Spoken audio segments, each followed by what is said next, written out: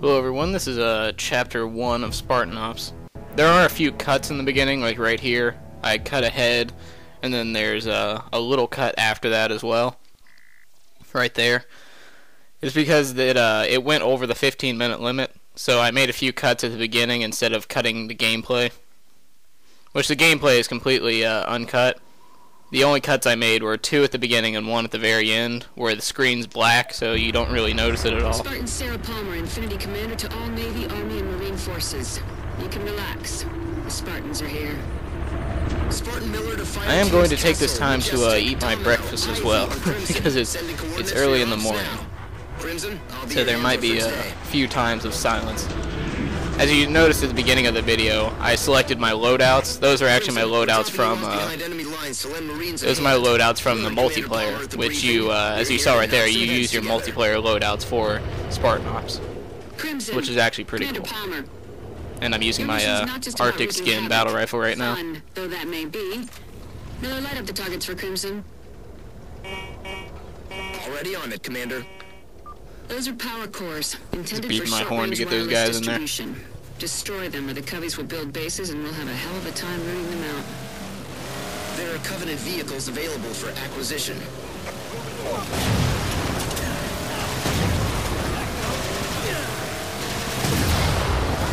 One thing you'll notice later on is that these missions are actually pretty short.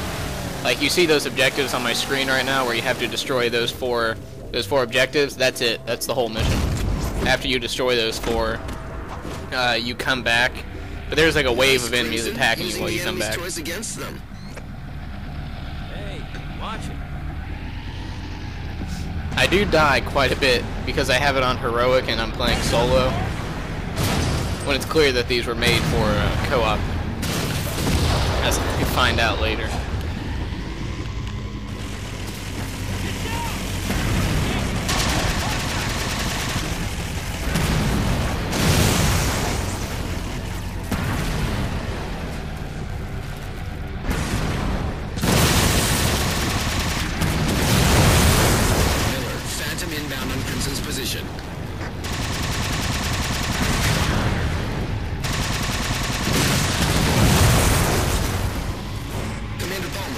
Has completed the first objective. As you can see, so far I'm doing pretty good. Tell me once the other 3 are down.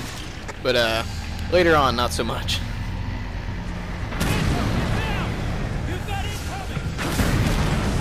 Pretty sure I actually destroyed this Phantom.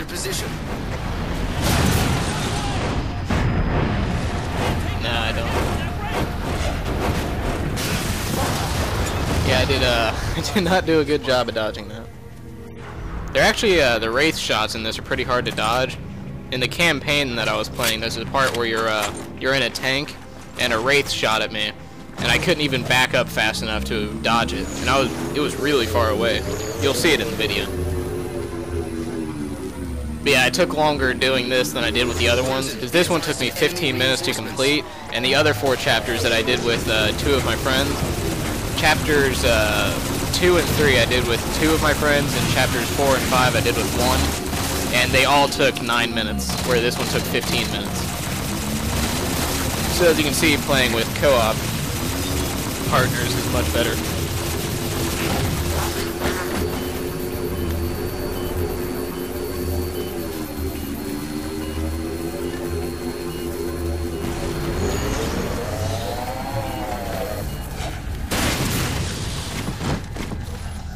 Yeah, that that Wraith kind of splattered me there. I was trying to jump on it so I can hijack it. As you see, that did not work out so well.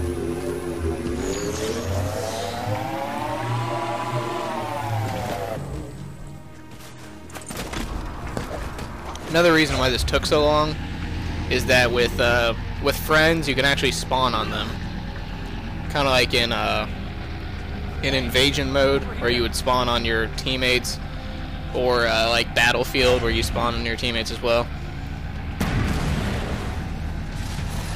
And it's unlike the campaign, because the campaign you can't spawn until you're out of trouble. But in Spartan Ops, you can spawn on your friends, even if they're being shot at.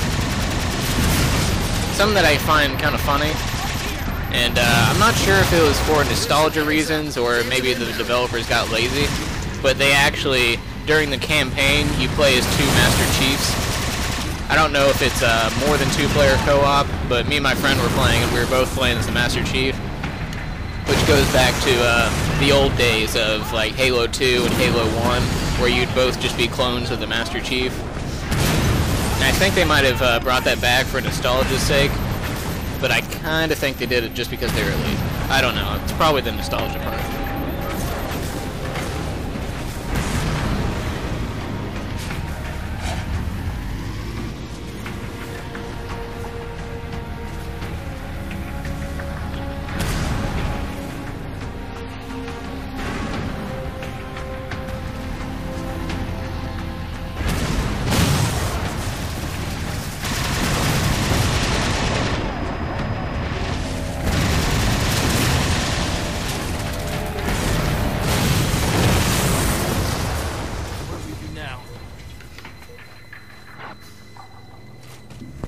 I have no idea how that guy survived. You saw the Wraith explode while he was inside of it. I don't know how he died. I mean, he lived, but I died. It's a little weird. Oh, another thing to note is that when you're playing the campaign, you actually have Spartans fighting with you. Like, they're not just Marines this time. Some of them are Marines, but sometimes you'll actually have Spartan 4s fighting with you, which is a little bit similar to Halo Reach. Except in Halo Reach, your Spartan teammates were invincible, and in this one they can actually die.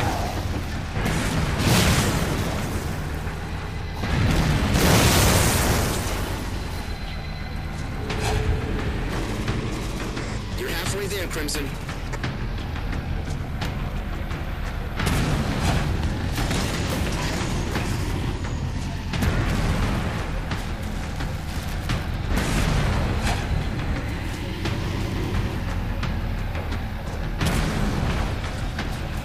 I really shouldn't have set this mission on Heroic. The way I was thinking is that since I'm playing the campaign on Heroic, I might as well just do Spartan Ops on Heroic. But Halo, not Halo, the campaign is made for... Excuse me. The campaign's basically made for one person that can have multiple people, but Spartan Ops is really made for multiple people. But you can play solo if you want. One more, then you can dust off for home. And that's the mistake I made here. Should have done it with co-op people. But I was playing this at the midnight release. I wasn't at the midnight release, but it was on the same day of the midnight release, so none of my friends were on.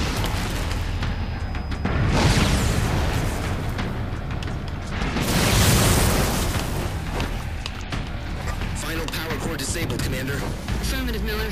Dalton, scramble a ride home for Crimson. Pelican already en route, Commander. Need to finish securing the area. I'll mark the last few hostiles.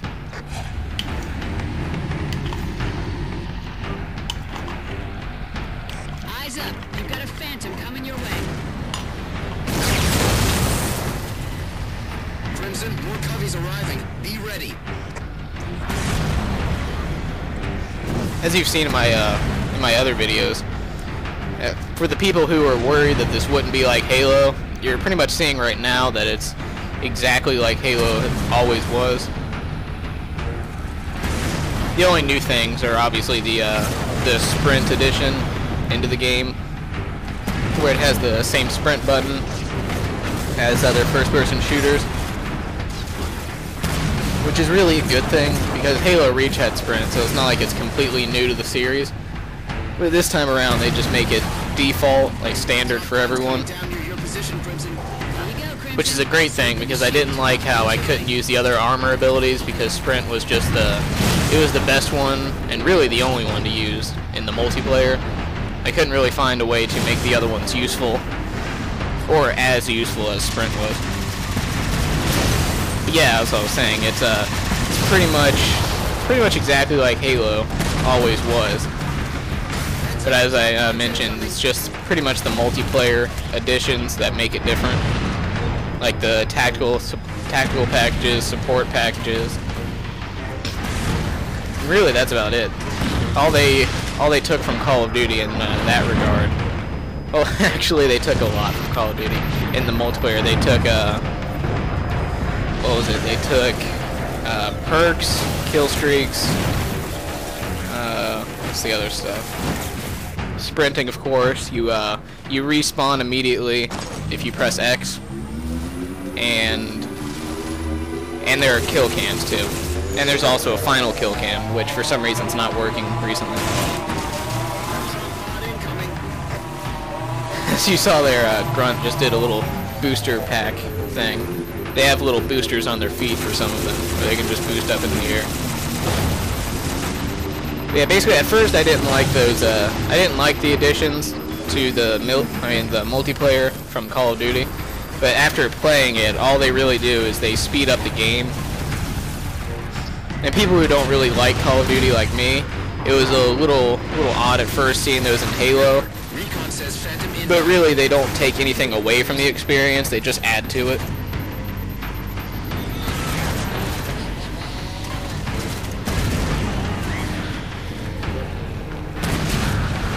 There's another Grunt using his thruster ability. And the campaign in this is actually, it's pretty much like classic Halo. You're playing as the Master Chief again. There's Cortana. The first mission starts you out in a ship, kind of like the Pillar of Autumn, which I'm sure is exactly what they were going for. Since they're starting a new trilogy, I'm sure they wanted to start it in pretty much the same way of the first trilogy. Again, something for nostalgia.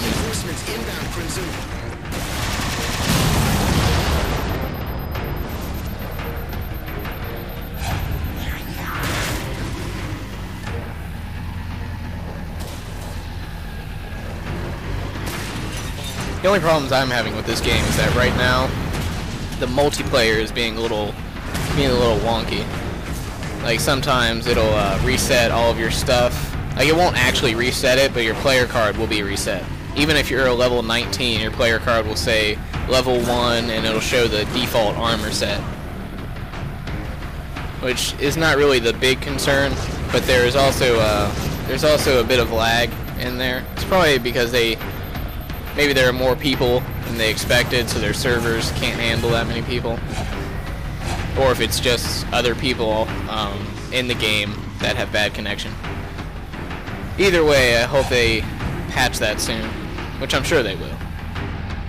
But the biggest concern I have right now is the double EXP, because I have 70 games of EXP, and I already applied 23 of them to my account, and none of them are working. Like, it hasn't started working since I got the game. There are some people out there who are having the same problem, but most people I see are saying that it's working fine and that there's no problems, which I have no idea how that is. Because I'm doing exactly what it says to do. I mean, I'm logged in. I'm logged into Facebook. I'm logged into Xbox. I have as many possible things that you can be logged into it, and it still won't work. I actually sent an email to Mountain Dew, the company, seeing if they'll be able to fix the problem. Got stuck on the little gravity lift there.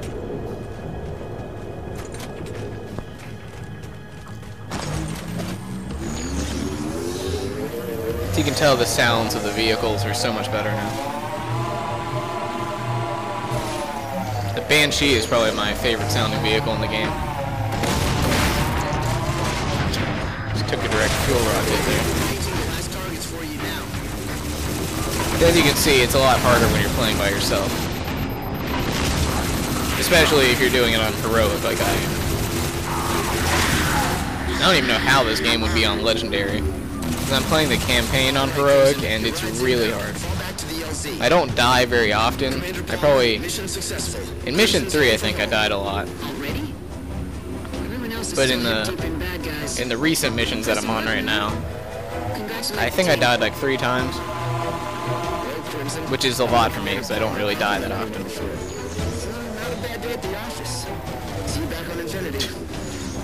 Having their cheesy dialogue.